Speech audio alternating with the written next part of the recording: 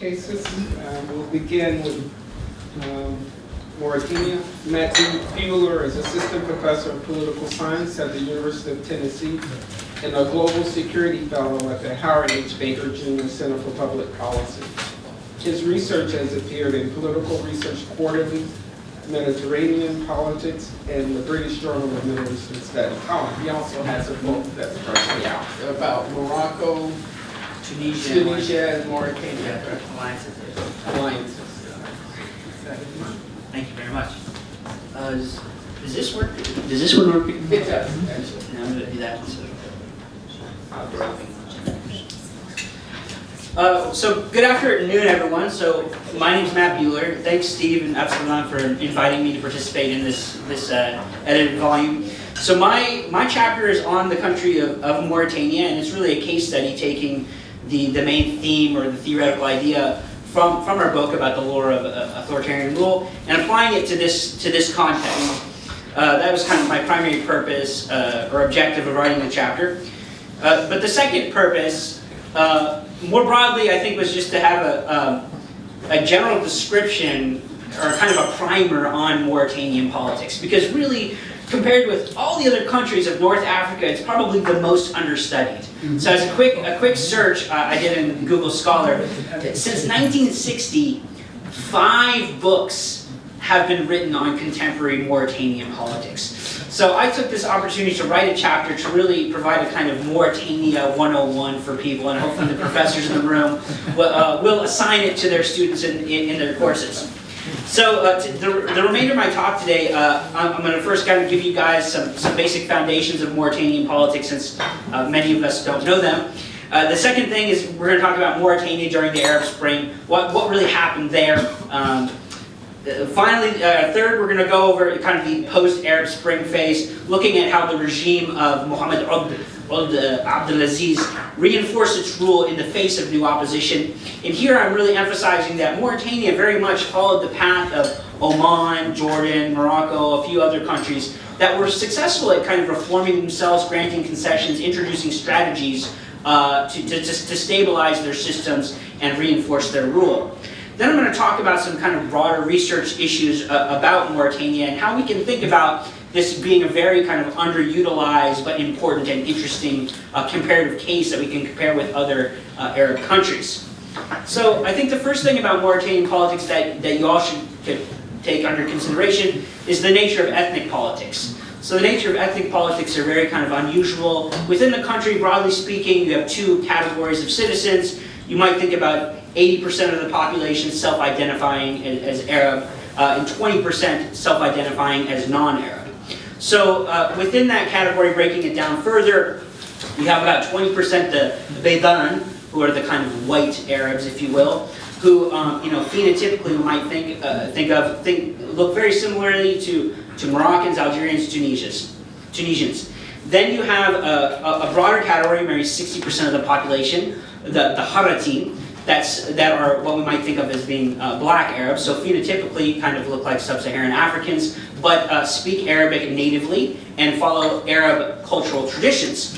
And this population, they're descendants or former slaves or currently enslaved people. So a few people know, I think Karen mentioned it earlier today, about 350 to 600,000 people in Mauritania are currently enslaved. And this the major population comes from the black Arab population. Then we have the Afro-Mauritanian segment, so that's the final 20%. And these are speakers of Wolof, Pular, different languages, but non-Arabic languages. And they themselves also have a system of slavery. So you have Afro-Mauritanians enslaving other Afro-Mauritanians, so it's not something just among the Arab population. The second main foundational factor is tribal politics. So there are 230 different tribal groups in Mauritania, and they, generally speaking, break down by region. So you have a southern group of constellation of tribes, you have an eastern constellation group of tribes, and a northern constellation group of tribes. The southern group is historically allied with the French and produced the country's first post-colonial autocrat, Mokhtar Ould-Daddah, who ruled from 1960 to 1978. The northern tribes are historically very closely tied to Morocco, so they have lineage with the tribal groups around Tiznit. And kind of in the post-colonial period, there was a serious debate if Mauritania should even be an independent country. And in fact, it should, there were some claims to think that maybe Mauritania would be more appropriate to be part of Morocco because of these long-standing tribal linkages. The third factor to think about is coups. So coups are the main way by which political change occurs in Mauritania. So there have been 8 different presidents in Mauritanian history, 6 of which left by coups. 2 did not, but they were kind of just weird transitionary presidents that were only there for a couple months and then left for bureaucratic reasons. And then finally, the democratization experience. So between 2005 and 2007, Mauritania implemented a democratic system in which a leader was freely and fairly elected. Many people thought that this was in fact going to be the first Arab case to democratize. But unfortunately, this democratic government was cut short, and Mohammed Ould Abdelaziz came to power by coup. So during this period, we had a proliferation of opposition groups who were legalized, including the Islamist Party in 2007 at Tawassul. And the different opposition groups were very effective at coordinating in an alliance that was called the National Front for the Defense of Democracy, which later in the contemporary era became known as the Code. So that's the coordination of democratic opposition. So if anybody wants to read about that history, I highly, highly recommend the book by Noel Foster, Mauritania, The Struggle for Democracy.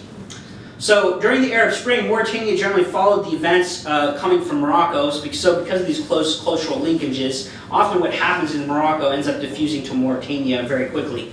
So in Mauritania, the February 25th movement was formed, that modeling after the February 20th movement in Morocco, which staged a series of demonstrations. There are about 2,000 demonstrations that began in February of 2011.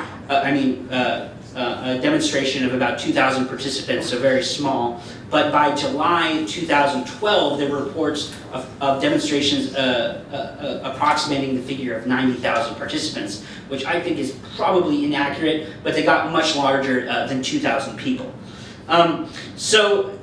Some kind of the theories about why there was a slowness in terms of the way the protests spread was mainly because of the lack of internet penetration in Mauritania. So in 2010, the internet penetration, depending on region, was between 2 and 11%. So it's much more hard, it was more difficult for them to communicate in this time period than in neighboring states.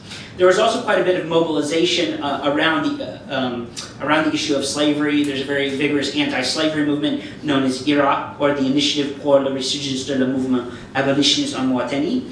And the leader of this is Biram Ould Obeid. And basically this group has engaged in a variety of different activities, one of which is burning sacred Maliki religious texts that they think help to justify slavery in Mauritania. So in the face of this opposition, the Mauritanian regime implemented a variety of different strategies to reinforce its rule.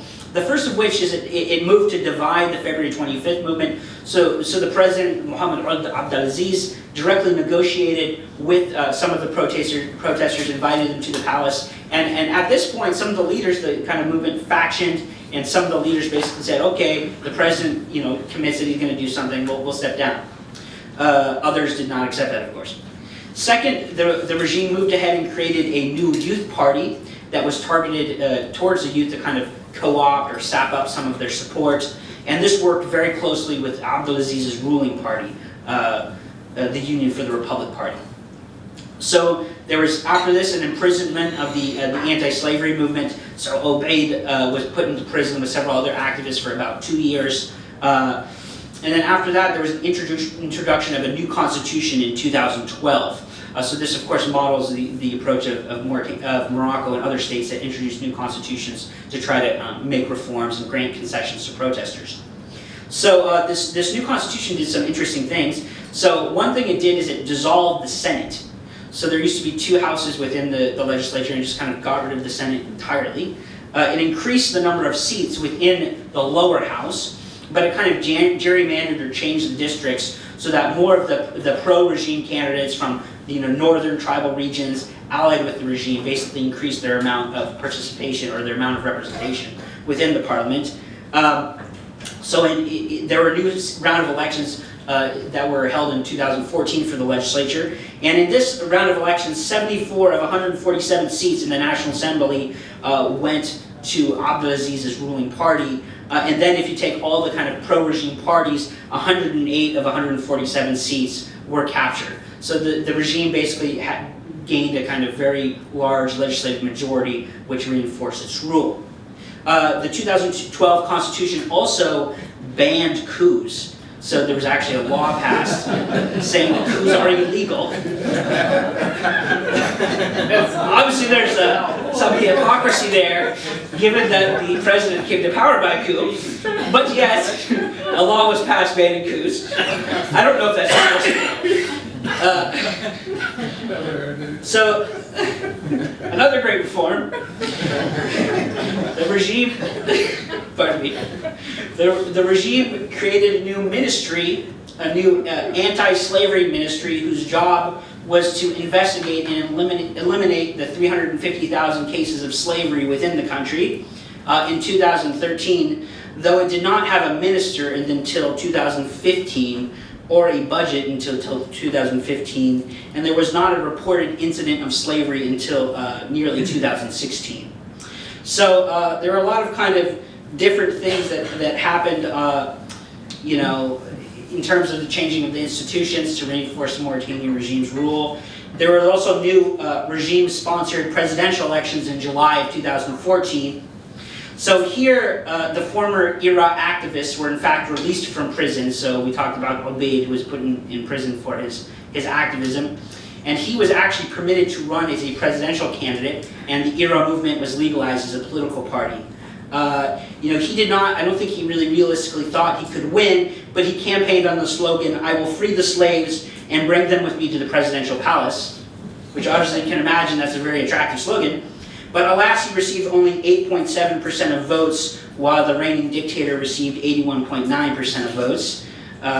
You know, obviously it was a very free and fair election in which there was no kind of vote buying or other forms of corruption at all. Of course, there was quite a bit. So in the end, I think we can think of Mauritania as being similar to other states in the region, where there are a variety of different strategies implemented to reinforce the ruling regime. And I think, you know, I think that the thinking in my chapter at least brings to attention the importance, or a call to action, to kind of think about Mauritania in comparative perspective. You know, often we don't think of it as being part of the MENA, and the reason why is because I think it's mostly about disciplinary sociology. So Mauritania was under the West African Union during the period of colonialism, and so it was governed from Senegal, and so we don't think of it as being in the same kind of geographic region as Tunisia, Morocco, Algeria, and Libya. But I mean, Mauritanians first of all self-identify more with North Africa than they do with West Africa. Secondly, Mauritania has a lot of commonalities with other Arab states. It has a military regime, a lot like Algeria and Egypt, where there's a military in the background that controls politics. It has a ruling party. It has an Islamist group that has kind of been always on the borderline between legality and illegality. It has a highly dependent natural resource economy, so it has some commonalities with the rentier states of the Persian Gulf. You know, third, you might think because, you know, Mauritania is historically identified with West Africa that maybe the Africanists have covered it extensively. Unfortunately, they have also not covered it extensively. So really, this is a country that's highly under-researched, and I would suggest or encourage lots of political scientists out there to consider it for their next book. Thank you very much.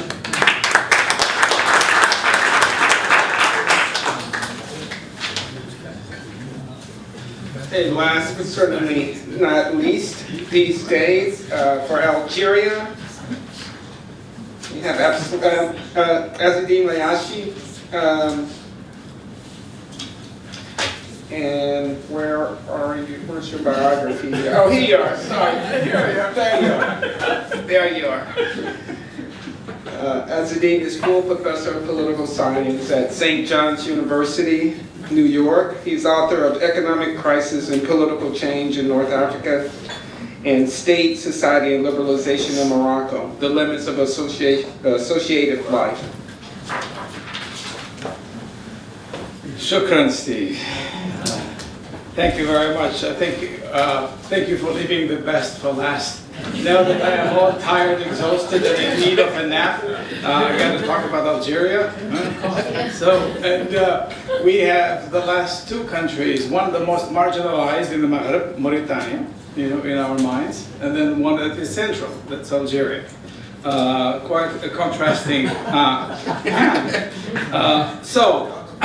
We're going to try to ask different questions to start with. First of all, I want to link what I wanted to start with one of the last issues debated in the previous panel. The question was, when will change happen in Morocco, if change will happen in Morocco, and change towards a constitutional monarchy, one people have been talking about, it never happened, or the Republican alternative. And so the question is, when does change happen? Can we ever be able to predict it and be right on the money? And with regard to Algeria and all what has been happening in the region, I go back to what Gregory Gause, our dear friend, wrote in Foreign Affairs in August, I think, July-August 2011. And the article is Why Middle East Studies Missed the Arab Spring. And we were all scratching our head. We didn't see that coming. It's like a freight train hitting in the head. Boom. Man, what happened? Where did this come from? And did we learn anything from that point on? He said we were busy focusing on explaining the resiliency of authoritarianism, okay, and paid little attention to the undercurrents that were going to bring about a major shakeup in the entire region. And Eva Bellen followed up with another article of the same thing. And here we are. So many of us have tried to learn from that, but continued anyway the pattern as indicated by, and I thank our friend Hisham, indicated by the persistent focus on exceptionalisms. We keep talking about exceptionalisms, and so maybe we should move to the idea he suggested of particularisms rather than that.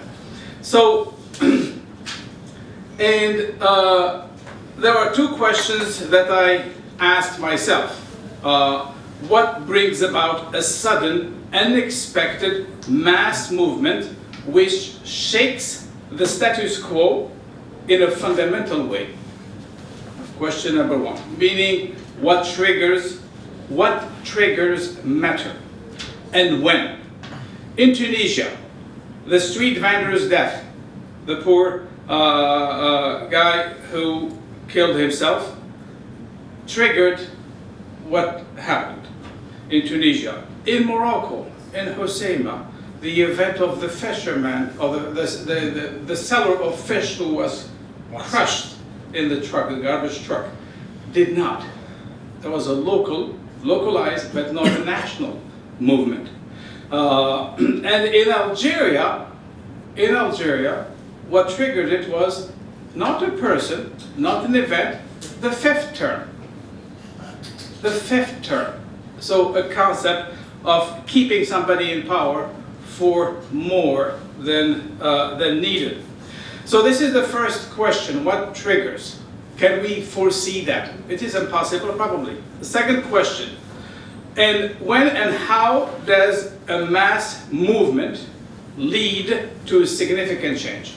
So let's assume the movement happens, the mass movement happens, then to what extent can we predict that this movement will lead to an actual meaningful, significant change, or is it just going to be one of those movements that is going to revamp the system, give an opportunity to the system to reinvent itself, and life goes on until the next mass movement?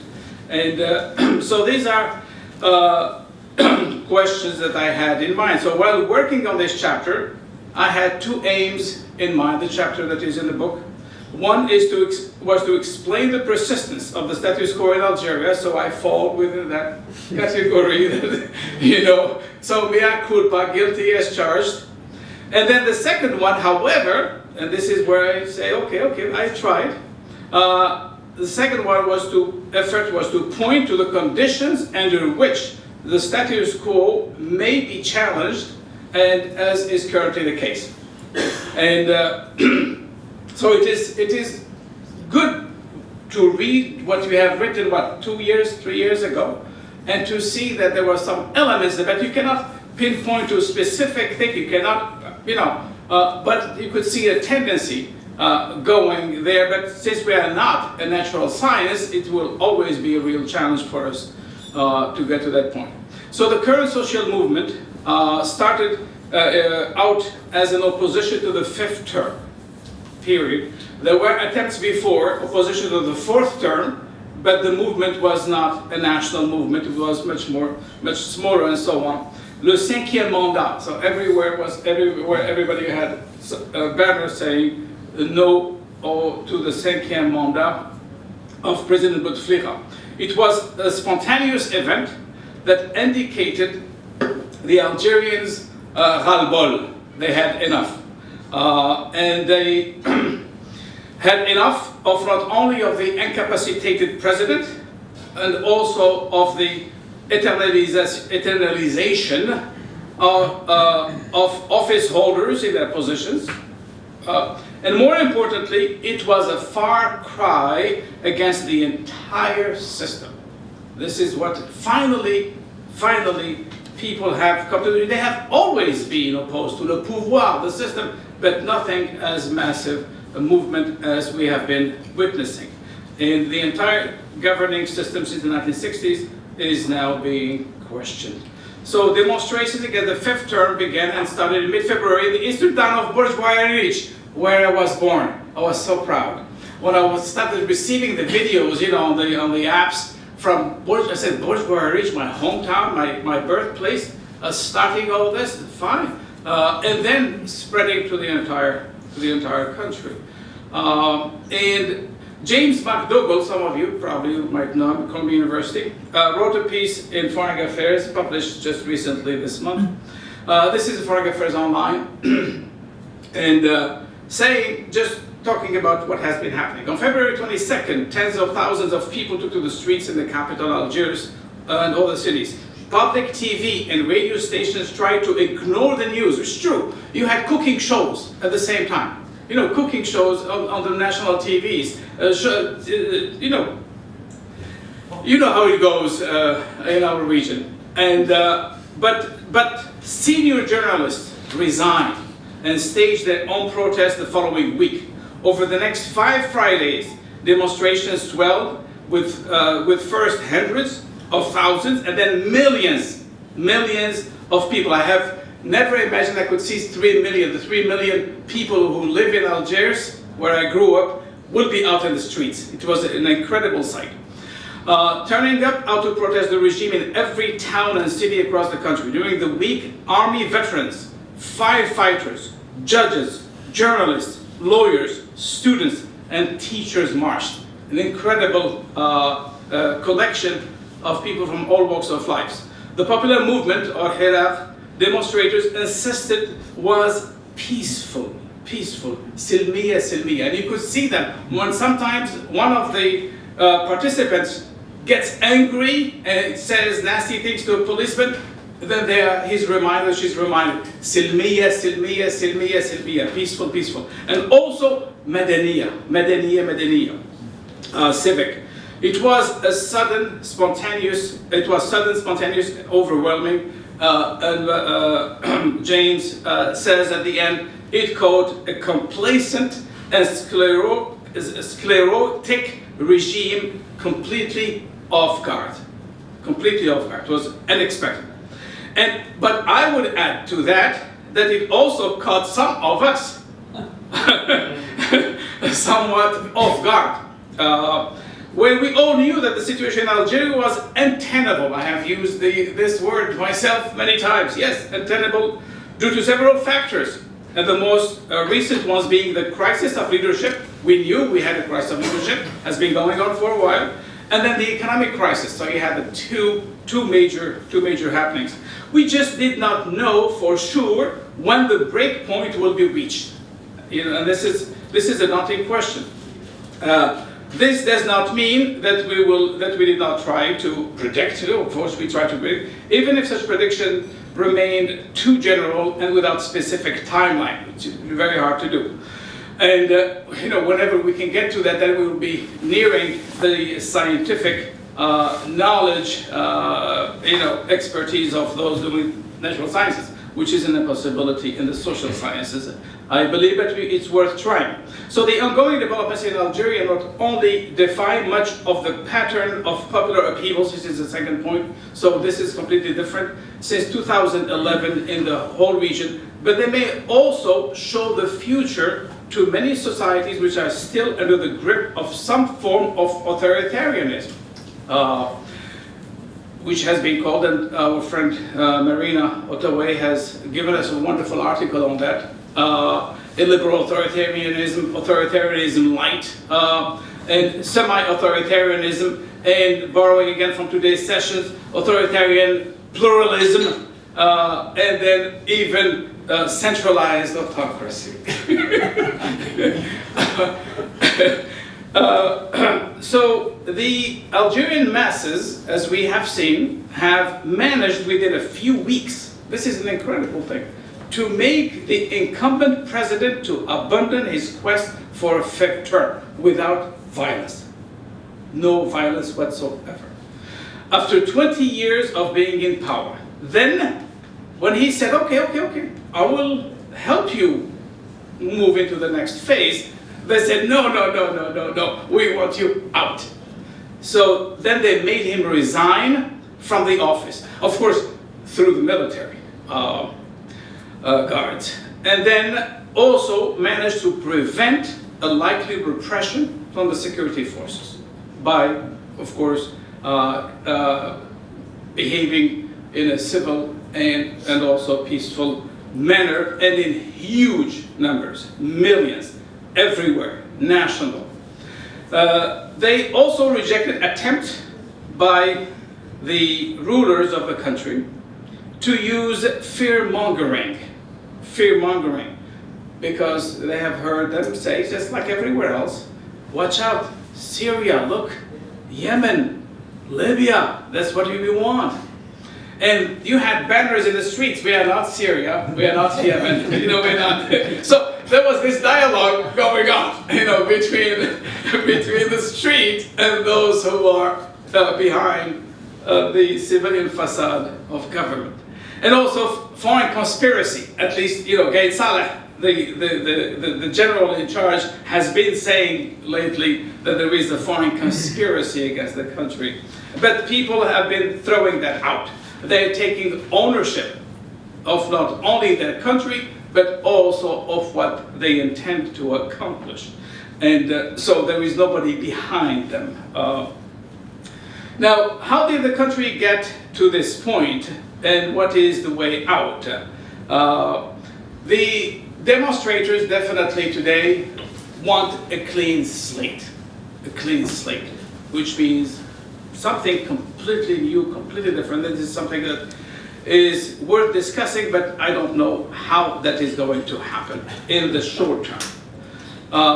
The book chapter, which I hope you will be reading, along with all the other very good chapters, the book chapter addresses the first questions of how the rulers of Algeria contributed to bringing on the crisis, and how they may have been lured by the belief that society can be indefinitely pacified by various means, regardless of the visible signs of the gathering storm. And this is part of the titles. Gathering storm that was really, you could see it. The chapter also explores how the looming leadership and economic crises that were already there, rather than looming, may play out and potentially serve as a catalyst for either a much needed positive change or a much dreaded instability. This is what I stated 3 years ago. It could go either this way or that way. The discussion of these issues focused particularly on leadership, the institutions, mass mobilization, and conjuncture. Things happening in the region or globally, depending on what what might be cooking up. The chapter tackles the question of the endurance of the Algerian political regime and its sustenance through a variety of means, including the rhetoric of fear of political instability and a way to dismiss and quell the opposition and to delay democratic reforms. And this is something that has been played out everywhere in the region. It's not new. The government response in the previous years and the previous interactions with the masses, whenever there was some utterance of need for change, like the last big one was really in 2011, which were not typical political riots, but the government, in any case, in the context of the turmoil in the region and far beyond in the Middle East, responded with, of course, the infusion of large amount of cash. Cash was available then. Today it is not. But the large infusion of cash into the economy in the form of infrastructure investments, and many of those, by the way, were involved a lot of corruption, as we learned after the fact.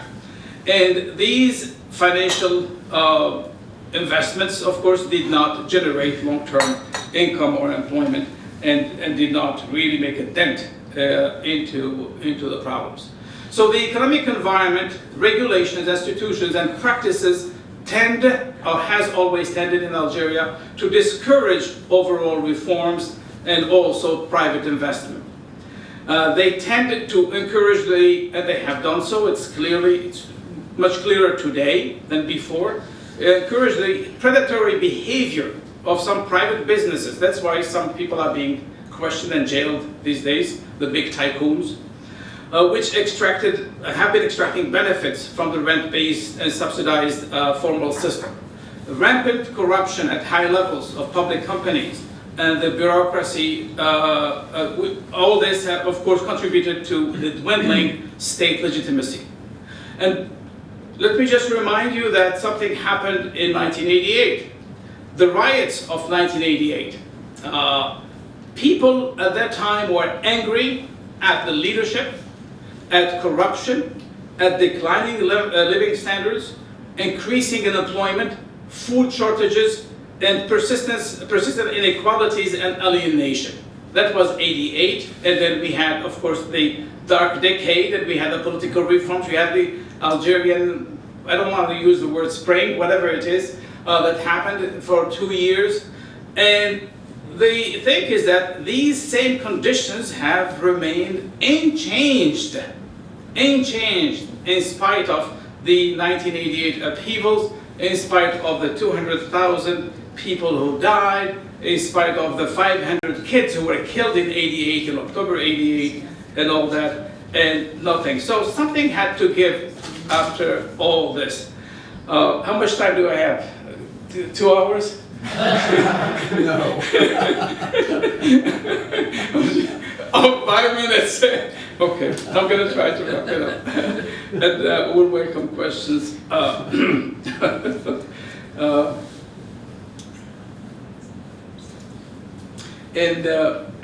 So in light of all the conditions described here and elsewhere, one may wonder why the growing socioeconomic problems and the systemic failures, in spite of to address them adequately, why all this did not generate a mass upheaval against the current system of governance in Algeria until now. This is really a question that bugs me and many others when we try to figure out. Besides some of the factors discussed above, the inability of people to mount and sustain mass demonstrations can be explained by several factors, but they are not enough. They're not enough. I plead guilty of being unable to really get to that final point. One that has been mentioned, people did not do anything because of the the trauma of the wars of the 1990s. Okay, but then the people who were traumatized by the war of the 1990s are almost one generation, like 17 years ago. This is the kids who are in the streets today did not necessarily live through through those years, or they were too young to remember any of the dark decade of the 1990s. Then there is the widely held belief that the Algerian security forces will not hesitate to resort to violence because they have done it before. In October '88, they have done it for 10 years also against the Islamists, so people thought that if they got in the streets, they're likely to be shot. This is one possible element. Then people know that the military and the security services, especially the DRS, renamed but still the same, matter more than the civilian leadership. So if you are demonstrating, you're not really talking to the civilians, you're talking to the military, or indirectly. Therefore, to take on the political system would either succeed or fail, but would succeed, but only with the acquiescence of the military. If the military goes along, as it seems so far, and as has happened in Tunisia, as has happened in Egypt, or would fail and therefore bring about a harsh repression as happened in the 1990s. Then there is the inability of the political opposition to create a wide and sustained coalition that could lead a mass movement of protest. This has been an impossibility, a daunting task for the opposition. And for many reasons, one of them, the regime has been very good at creating the division. So through the neutralization of the opposition, through cooptation, infiltration, manipulation, and sometimes just plain elimination. And then the absence of a staunch and widely supported leader, and Nelson Mandela, and Aung San Suu Kyi, even though, her reputation has completely changed, but at least talking about her before the events that made her look not so good. Or just an Algerian Nobel Prize winner who would lead a relentless challenge to the system. So no one up there appearing. Many people have attempted, by the way. Many people have attempted, but they didn't go far. And there was also a total absence of international pressure, which could lend support to the domestic demands for change. Nobody. We want security in the South Mediterranean. See, just like other resilient authoritarian systems around the world, the Algerian one has managed to survive numerous predictions of its demise. It has done so by adapting in form, by bringing in new players, okay, co-opting some at the bottom. Some people are too noisy, bring up. I have seen people who were absolutely outstanding in the streets, condemning the regimes, calling it names, scooped up, given a nice job, given housing, a car, a driver, and then that's it. They become quiet. Men and women, okay, and repressing when needed, of course, using especially the judicial system. How many cases the government has taken against journalists and other people for defamation or something else, or security issues. And then also spending to pacify protest, spending to pacify, even printing money, as has been happening in recent months. Government has been printing money. And the Algerian government has been known for playing the role of état pompier, the firemen, state firemen, especially since we have been having close to maybe 1,500 riots a year in the country. Every time there is a little tiny riot in a village, the government pays up and fixes the problem immediately, and that's it. And then finally, the government has been able to distribute perks to special players and clients in the system, and some of them now are going to be paying for that. So I'm going to try to find my... Now it's time. My final words. I'm looking for my final word. That's it. Yeah. No, my time is up. I know. Thank you for your attention. Yeah. Okay. Yes. Thank you very much for your attention. Thank you, Mark. We'll be happy to take questions.